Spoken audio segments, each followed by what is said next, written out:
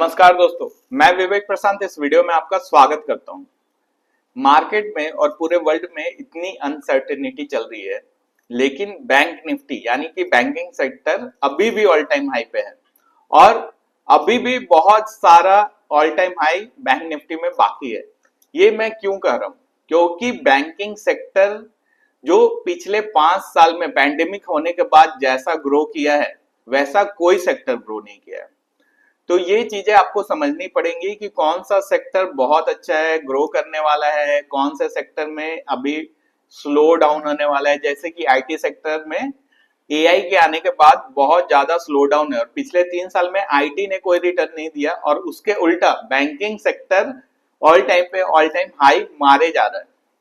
तो मैं इस वीडियो में बात करूंगा कि बैंकिंग सेक्टर अब ओवर वैल्यूड हो गया है क्या, क्योंकि बहुत सारे एनालिस्ट और बहुत सारे एनालिसिस आप सुन रहे होंगे कि बैंकिंग सेक्टर अब ओवर वैल्यूड हो गया है, बड़े बड़े बैंक जैसे HDFC, ICICI bank over valued हो गए हैं, तो आपको बैंकिंग सेक्टर से दूर रहना चाहिए।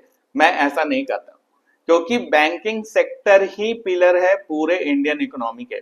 आप टॉप 10 कंपनी उठा के देखोगे तो 4-5 आपको फाइनेंशियल सेक्टर में मिल जाएंगे और 4 तो बैंक ही है। HDFC, SBI, ICICI, Kotak Mahindra, ये टॉप 10 में आते हैं, तो 4 तो बैंक्स ही हैं। तो आपको बैंकिंग सेक्टर से दूर नहीं रहना चाहिए।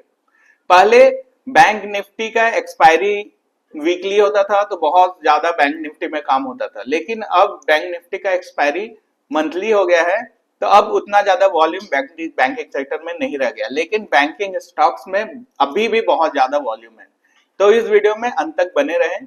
मैं बताऊंगा कि ऐसा कौन सा बैंक है जो अभी भी ओवर वैल्यूड नहीं है, उसका कासा रेशियो भी बहुत ज्यादा अच्छा है और उसके एनपीएस भी बहुत बेस्ट है।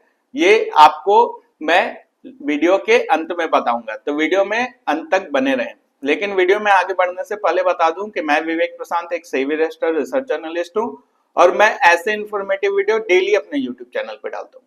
अगर आप एक अच्छे इन्वेस्टर और ट्रेडर बनना चाहते हैं तो मुझे सब्सक्राइब कर लें और बेल आइकन भी दबा दें, जिससे नोटिफिकेशन आपको जल्दी से जल्दी मिल सके और मेरी कोई भी वीडियो आपकी मिस ना हो।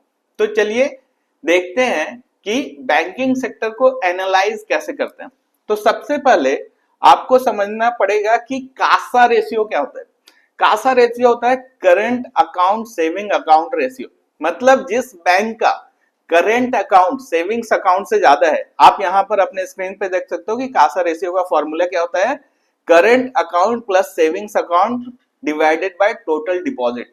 अब जिस बैंक का कासा 40% से ऊपर है तो उसका ग्रोथ बहुत ज्यादा अच्छा है और लगभग इंडिया के सारे बैंक्स, जो भी अच्छे बैंक्स है, आप एचडीएफसी ले लो, आईसीआईसीआई ले लो, एसबीआई ले लो, कोटक ले लो, एक्सिस ले लो, ये सभी के जो कासा रेशियो है वो 40% के ऊपर है। अगर 50% के ऊपर है तो बहुत अच्छा, अगर 55 है, 60% है तो बेस्ट है। इसमें तो बहुत ज्यादा ग्रोथ अभी बाकी है। ठीक है, दूसरा क्या होता है बैंकिंग सेक्टर को एनालाइज करने का, वो होता है एनपीए रेशियो।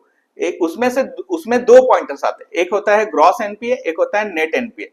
अब ग्रॉस एनपीए क्या होता है? ग्रॉस एनपीए होता है ग्रॉस नॉन परफॉर्मिंग एसेट। मतलब एनपीए क्या होता है? नॉन परफॉर्मिंग एसेट्स का मतलब होता है जो एसेट्स परफॉर्म नहीं कर रहा, मतलब कि मैंने लोन दिया लेकिन लोन वापस नहीं आया, तो वो मेरा एनपीए में चला जाता है। आप नॉर्मल भाषा में समझो कि आपने कोई लोन लिया, आप उसको चुका नहीं पा रहे हो, तो बैंक वाला फोन करके आपको बोलता होगा चुका दो, नहीं तो एनपीए चला जाएगा। एनपीए चला जाएगा तो आपका क्रेडिट स्कोर गिर जाएगा।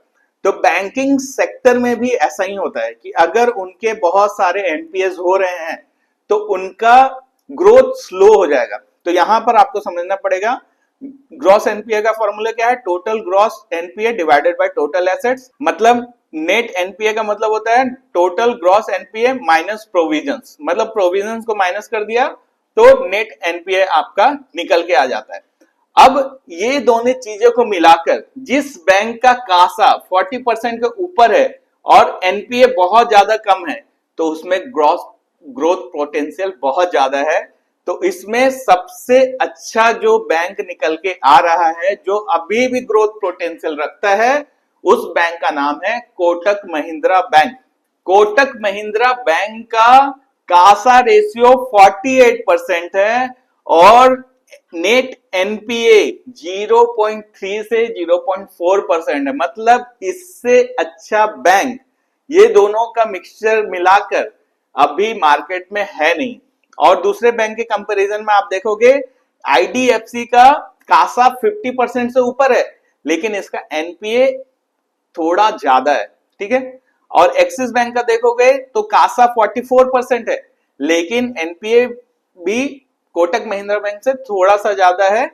और आरबीएल बैंक का देखोगे तो कासा रेशियो मीडियम है, मतलब कि 40% से नीचे है, और एनपीए बहुत कम है 0.29%।